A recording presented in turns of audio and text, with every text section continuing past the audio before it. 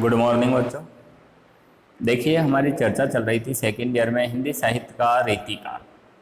हिंदी साहित्य का रीतिकाल है, उसमें हमने आपको बताया था कि रीतिकाल होता क्या है, रीति किसे कहते हैं, रीतिकाल की क्या समय सीमा है और रीतिकाल को कितने भागों में वर्गीकृत किया गया है। रीतिकाल को कितने भागों में वर्गीकरण किया गया है, उसके कौन कौन से प्रमुख कवि हैं और उनके कौन कौन सी रचनाएं हैं, रचनाओं की क्या काव्यगत विशेषताएं हैं, इस पर हमारी चर्चा हो चुकी थी।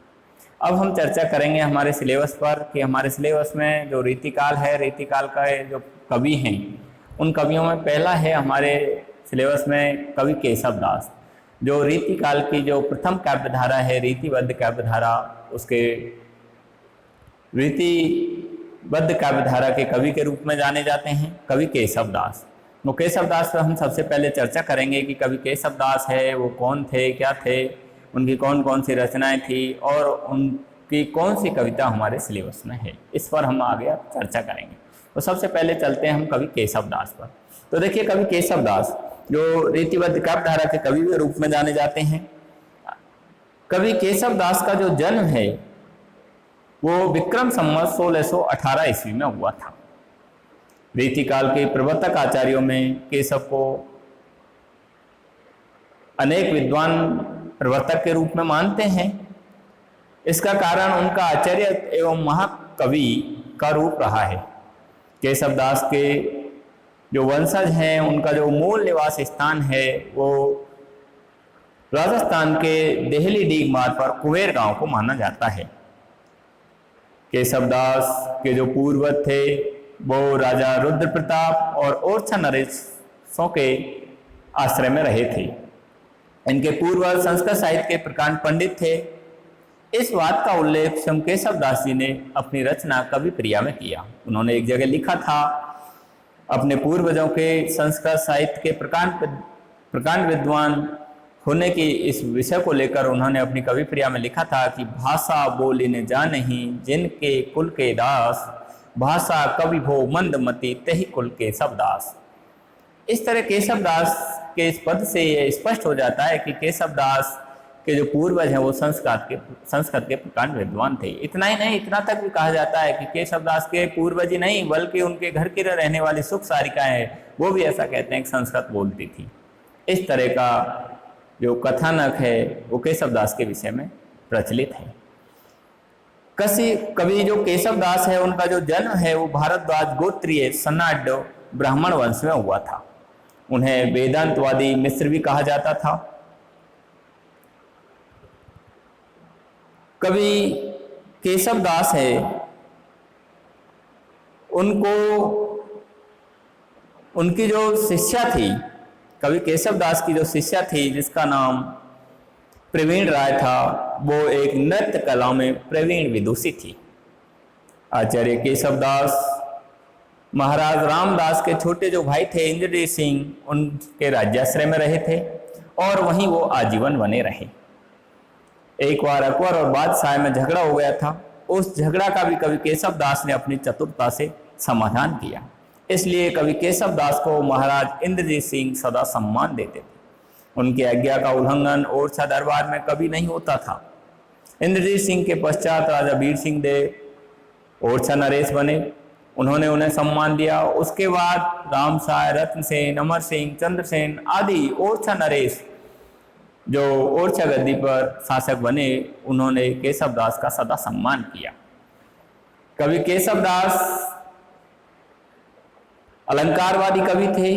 उन्होंने हमें दंडी, उड्डवत आदि अलंकार संप्रदाय के जो प्रधान संपादक थे उनकी परंपरा का अनुसरण किया।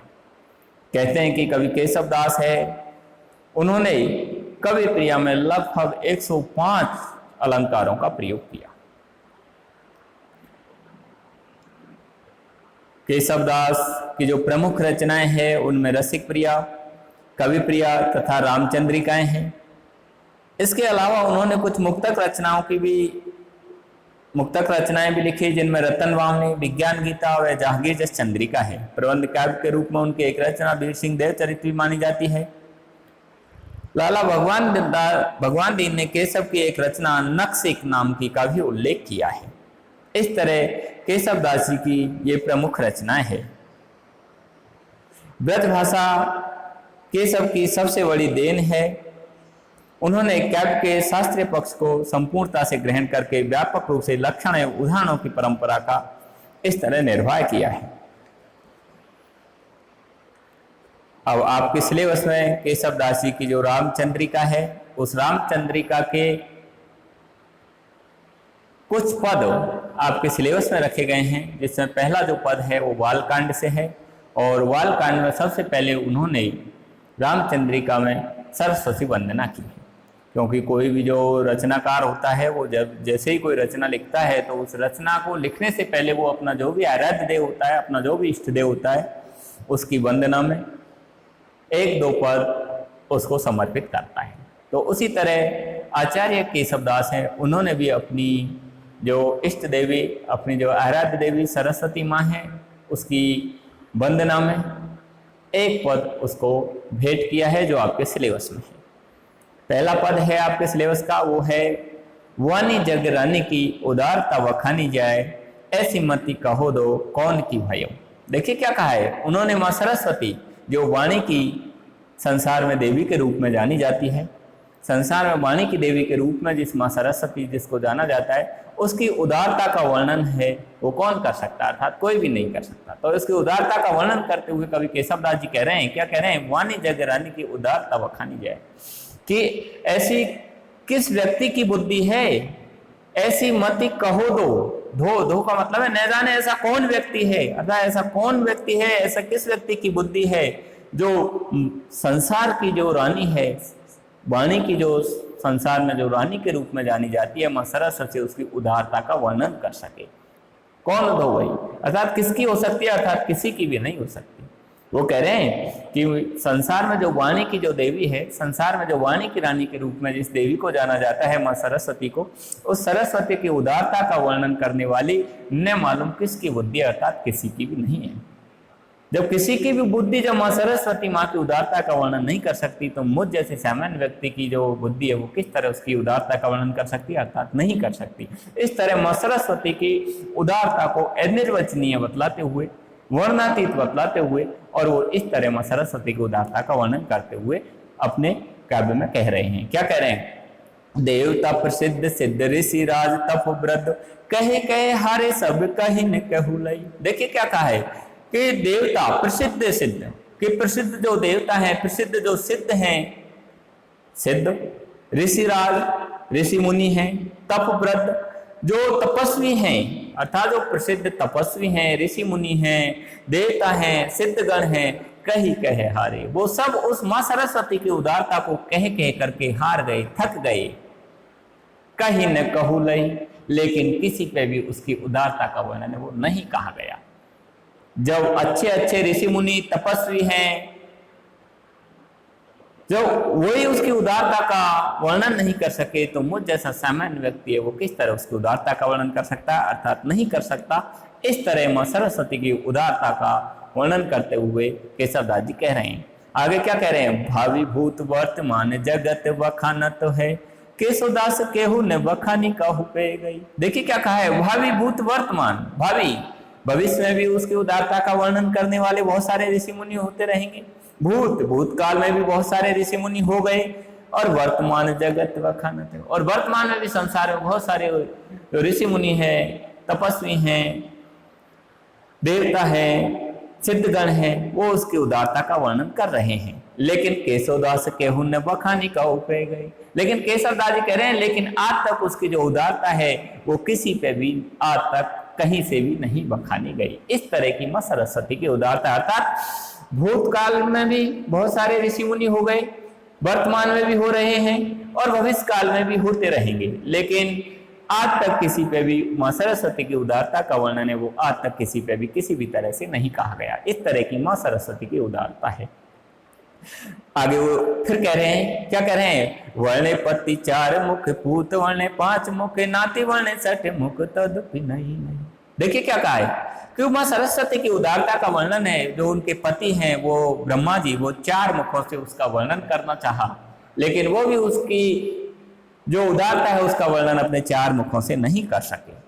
उधर उनका जो पुत्र है शिव जी को उनका पुत्र बतलाया गया है। तो शिव जी है वो उनकी उदारता का वर्णन अपने 5 मुखों से करना चाहा, लेकिन वो भी उनकी उदारता का वर्णन नहीं कर सके।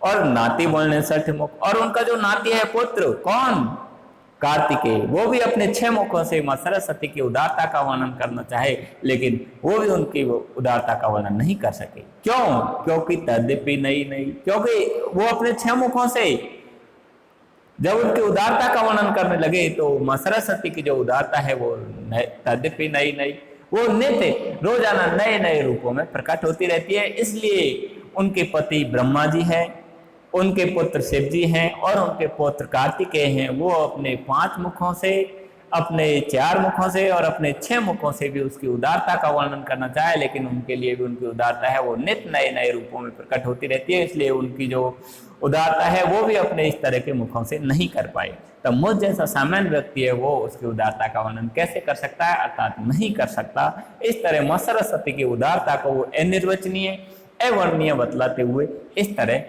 उनकी इस तरह महंता व उदारता का बखान कर रहे हैं।